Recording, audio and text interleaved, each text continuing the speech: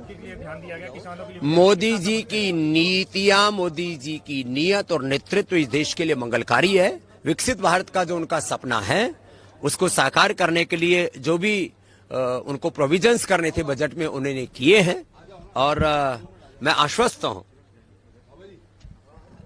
Oxfam ने अभी 15 दिन पहले एक रिपोर्ट जारी की, उसमें उन्होंने कहा कि 1765 से लेकर के 1900 तक, 1735 से लेकर के 1900 तक करीब 250 सालों में ही अंग्रेजों ने और इस देश में 64.82 ट्रिलियन डॉलर की लूट की। भारत की और दूसरे विदेशियों ने जो 500 से 1000 सालों में लूट की, सबको मिलाया जाए तो 100 ट्रिलियन से ज्यादा तो लूटा होगा इस देश को। अब जिस देश की अर्थव्यवस्था आज से करीब 300-500 साल पहले 500 ट्रिलियन की होगी, उसका 5 ट्रिलियन का जो उनका सपना वो तो जरूर पूरा होगा ना। देश के करीब 150 करोड़ की आबादी के 300 करोड़ हाथ जब देश के सृजन में लगेंगे तो देश विकसित बनेगा और उस विकसित भारत की नींव मोदी जी ने डाली है। उनका सपना जरूर साकार होगा।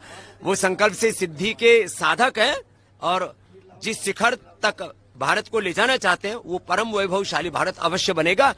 मोदी जी के संकल्प के साथ हम सब संकल्पित हो। वह मात्र एक पार्टी के प्रधानमंत्री नहीं, वो देश के प्रधानमंत्री हैं और उनके सपनों को पूरा करने के लिए सबको पुरुषार्थ करने की आवश्यकता है। बाकी राजनीति में पक्ष विपक्ष की लड़ाई झगड़े उसमें हम नहीं पड़ते। आम किसान को और आम आदमियों को कितना फायदा होगा इस बजट से? बोल दिया ना बहुत ठीक।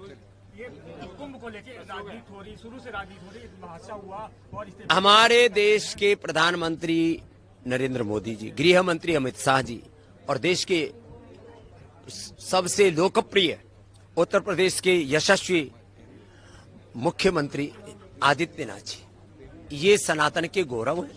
इन्होंने 2-2, 3-3 घंटा शायद सोए होंगे पिछले 2-3 महीने से, अभी भी रात दिन उसके लिए पुरुषार्थ करते हैं।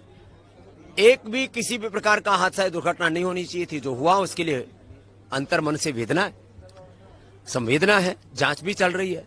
लेकिन इतने बड़े एक महापुरुष हैं हमारे योगी जी आदित्यनाथ जी, एक साधारण व्यक्तित्व नहीं है।